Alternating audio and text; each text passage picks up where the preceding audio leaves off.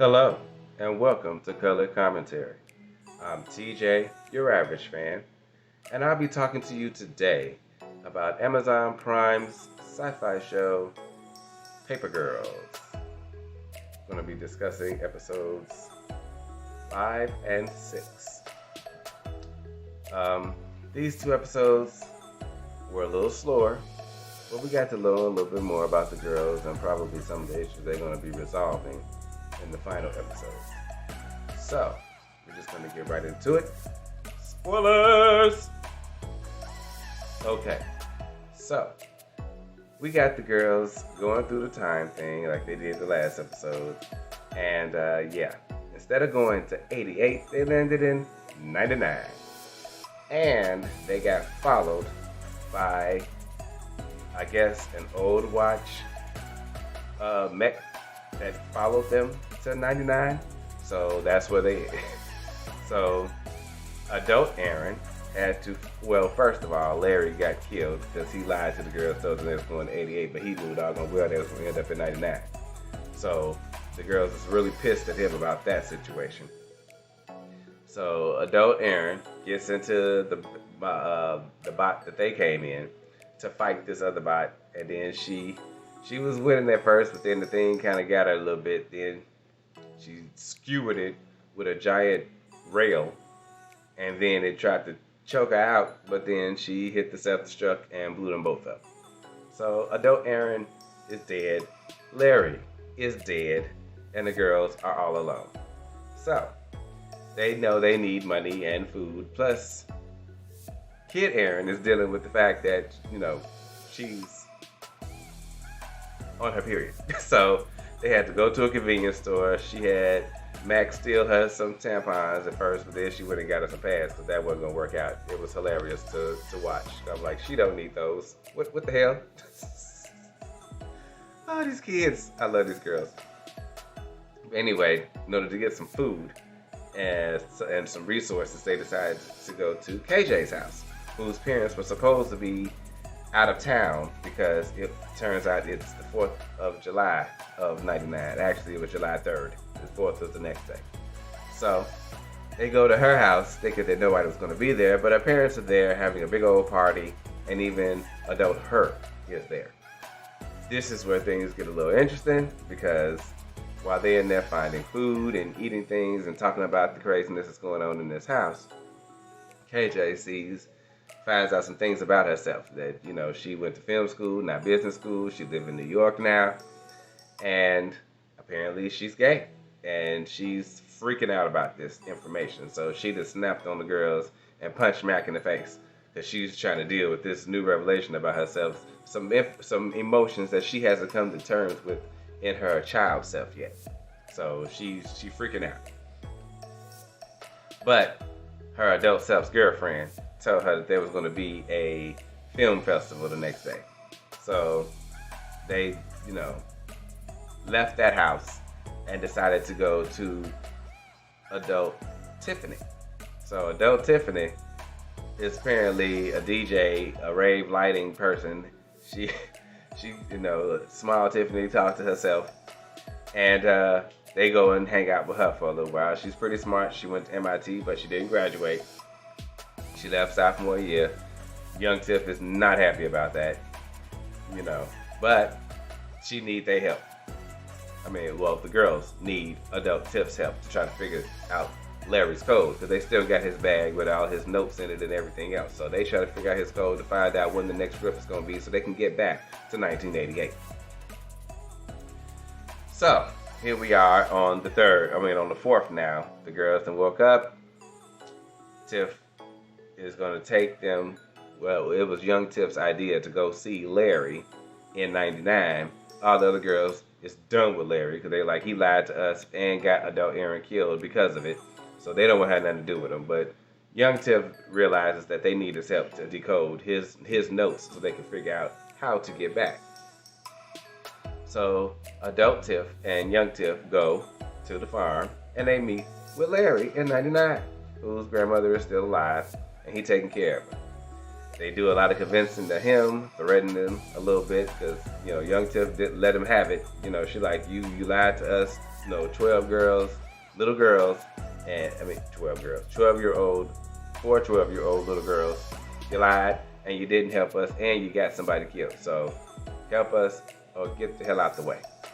And so he decided to give them the cipher so they could decode his notes. And so he does that. And then they go and adult Tiff and young Tiff decipher the notes.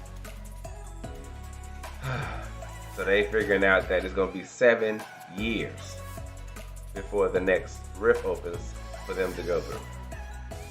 Erin is not having it. She is not thrilled. She done been to her house to see her mom again, but she didn't go in. She just stayed outside. First she called her to hear her voice. Then Mac told her it was a good idea for them to go see her.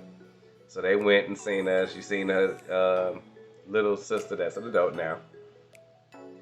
And she worried about all of that, especially considering what happened to her adult self later, getting in that bot and getting killed, which Mac throws in her face because she's still dealing with the fact that she don't live past 16 because of brain cancer. But she don't tell nobody that. She still ain't told nobody that. KJ then went to the film festival to see more about her adult self and her girlfriend. She then watched 2001 Space Odyssey and talked to the girlfriend, to find out how she knew about herself and things like that. So the girl figured it out and tried to tell her, you'll figure it out, just follow your heart and all that good stuff, Trying to make it, simple as possible for her since she wasn't trying to really come out and say it. So then they all come back to adult Tiff's house. And that's when they get the realization about the 7 years. But KJ and Mac is on the roof talking, and then Mac finally tells somebody about her dying at 16. She tells KJ. But she tell her, don't tell nobody else because she don't want them looking all sad and pitiful at her. So now, at least KJ knows, So that's something.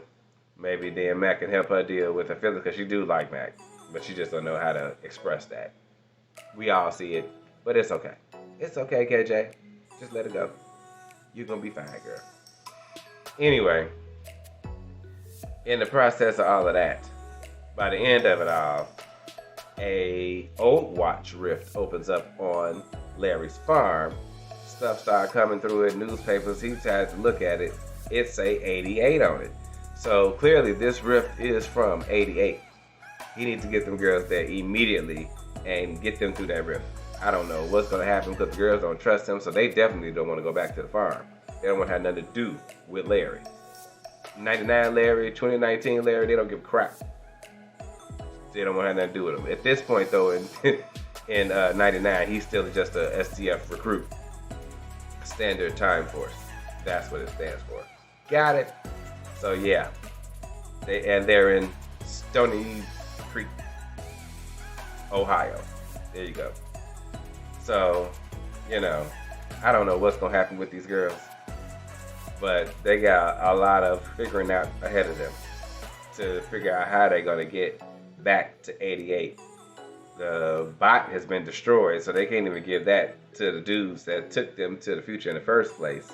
And they went and found those dudes who's supposed to be in 99 as well. So maybe they're going to run into them somewhere. The girls got to stop fighting with each other because they all at odds with one another because they all stressed out from what they're going through, which is understandable. And finding out different revelations about themselves in the future. Not so great, because Tiffany wasn't too happy with her adult self and the life she was living at first, but she understood that she was on the right path and she's going to end up making that institute that she found out about in episode 1 or 2, I think it was. That in the future in 2019, she will have her institute where she teaching people and having an educational service that's more widespread and accepting, because she found out at MIT that it was very rigid. Her being a black woman wasn't very kind. So, yeah, she wanted to start her own process of teaching people, and she's still pretty damn smart. So, that was episodes 5 and 6. I don't know what's going to happen in 7 and 8, but I got to tell you, I'm pretty sure the old watch is going to try to track them down again, because why are they coming to 99? What's going on? And why are they coming to 99 from 88? What's happening with that? The girls thought when they landed in 99 and the old watch showed up, and the whole fight with the bots, that they were going to get abluted, which is abolition, mind wiped. But apparently, it didn't wipe them. But that's the second time that the mind wipe didn't work on them. I also have a question about how are their adult selves around, but they're out of time. So shouldn't they have disappeared or something like that? I don't know. I need to understand how they time work. Maybe it's, different timelines lead to different stuff because of different things happening. I don't know. It's very confusing. But I'm still into it. I'm still in the story. I'm still with the girls. So I will see you guys for the final 2 episodes pretty soon. Episodes 7 and 8 for the conclusion of Paper Girls. You all have a great day.